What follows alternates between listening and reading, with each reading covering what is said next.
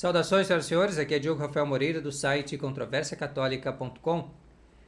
2 de março de 2022, chove aqui em Santa Catarina, mas ainda assim é urgente fazer esse vídeo. Eu vou gravá-lo agora e já publicá-lo no canal do Controvérsia Católica, porque são muitas coisas que eu tenho a dizer, sobretudo a respeito do conflito entre a Rússia e a Ucrânia. Qual é o meu parecer a respeito disso? Já se passou uma semana praticamente, então eu penso ser o tempo de afirmar algumas coisas a respeito desse acontecimento.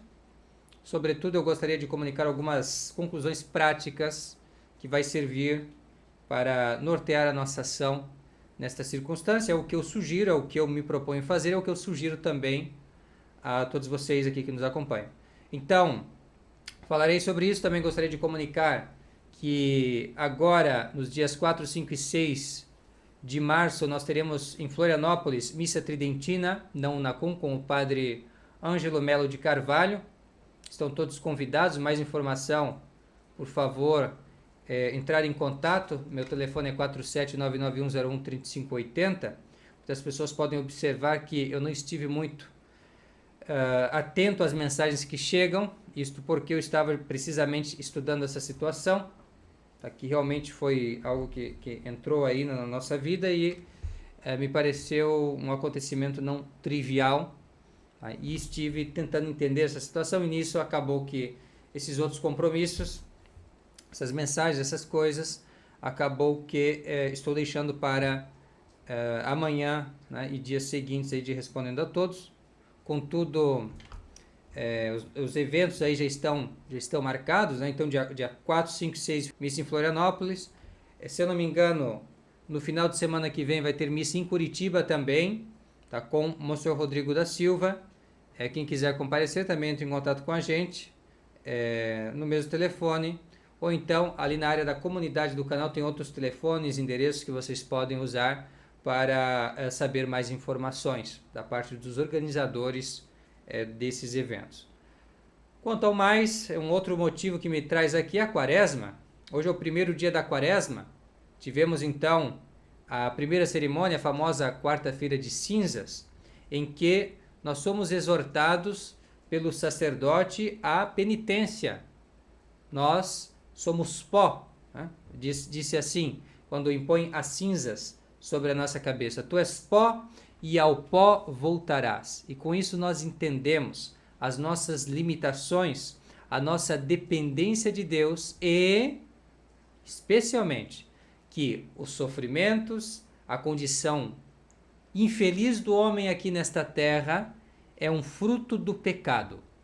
E por isso, como que nós vamos então conseguir remediar essa situação da maneira mais eficaz? É aproximando-nos de Deus, de quem nós nos afastamos pelo pecado.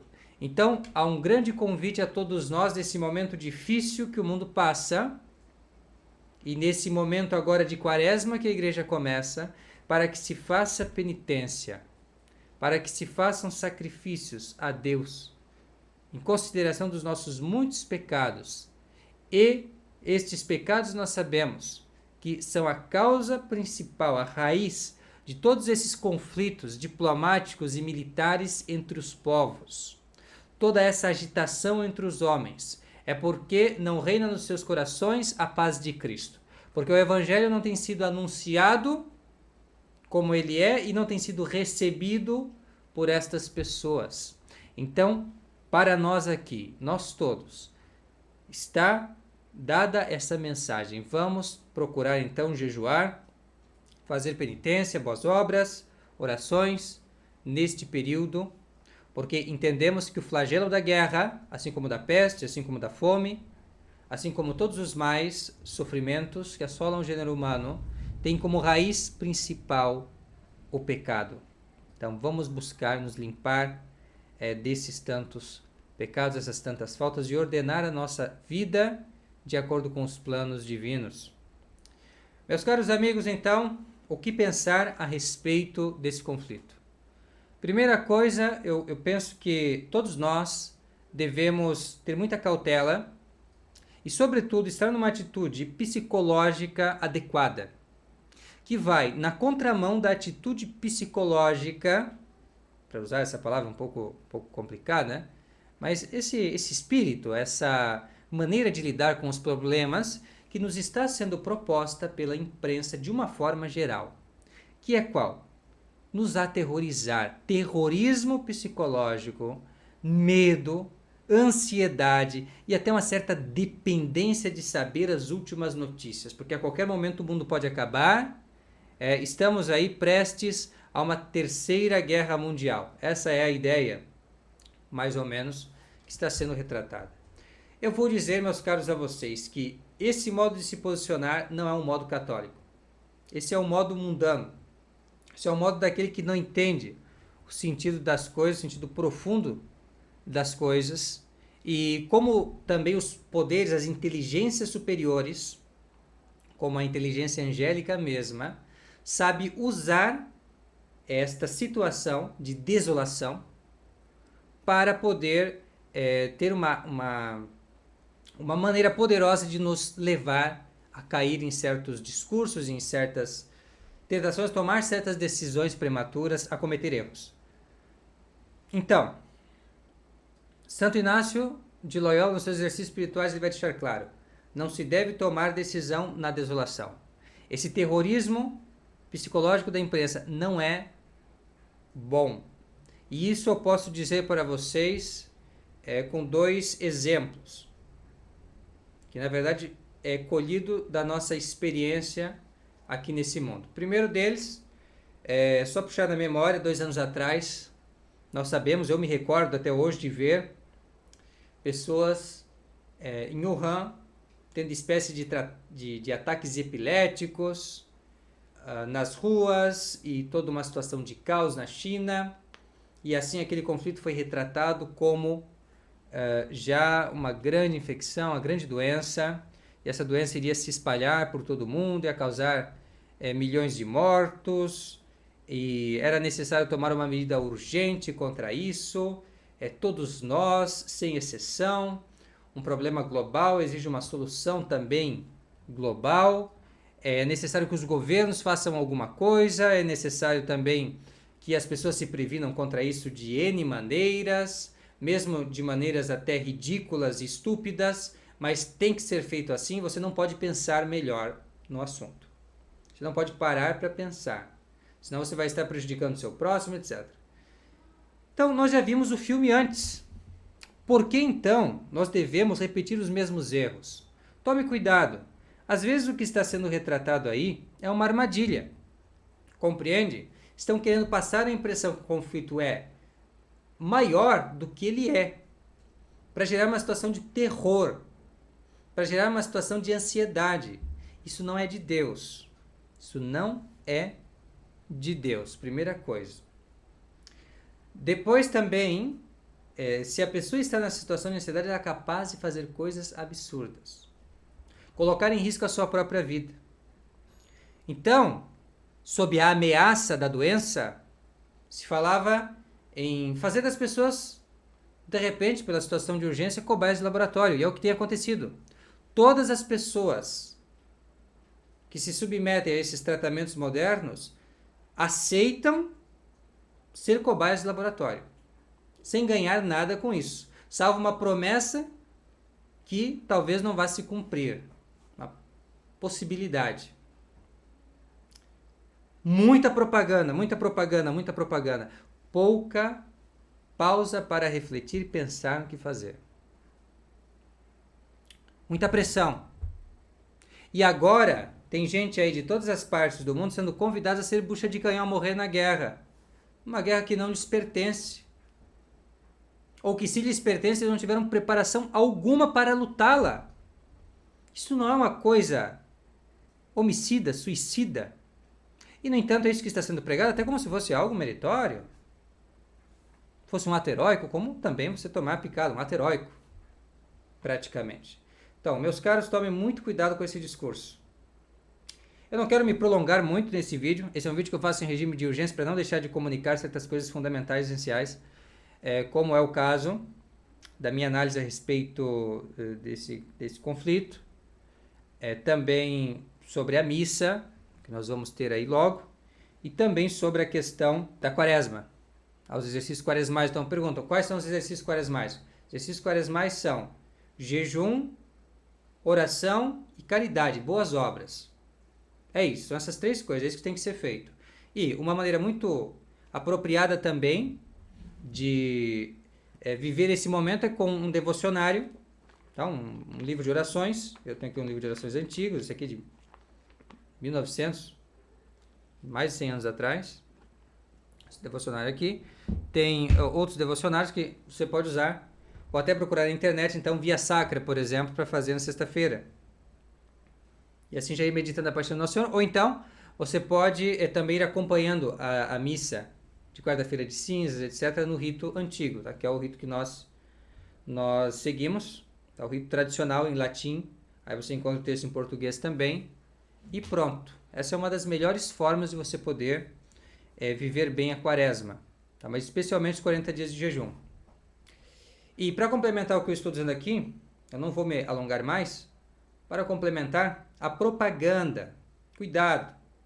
Cuidado que está aparecendo aí na internet vídeos de guerras antigas, sendo representados como imagens aí de primeira mão da guerra na Ucrânia.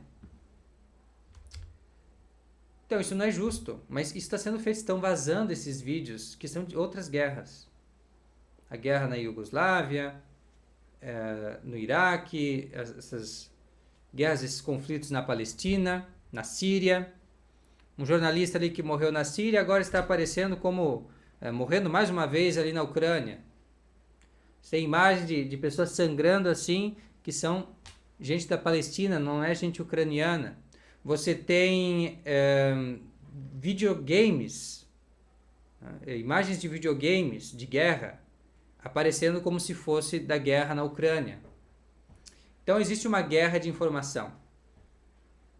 E a nossa imprensa ocidental é um lado, a imprensa russa é um outro lado, e todos estão trabalhando para convencer você de favorecê-los de alguma maneira. No entanto, de uma maneira ou de outra, todos acabam omitindo ou mentindo.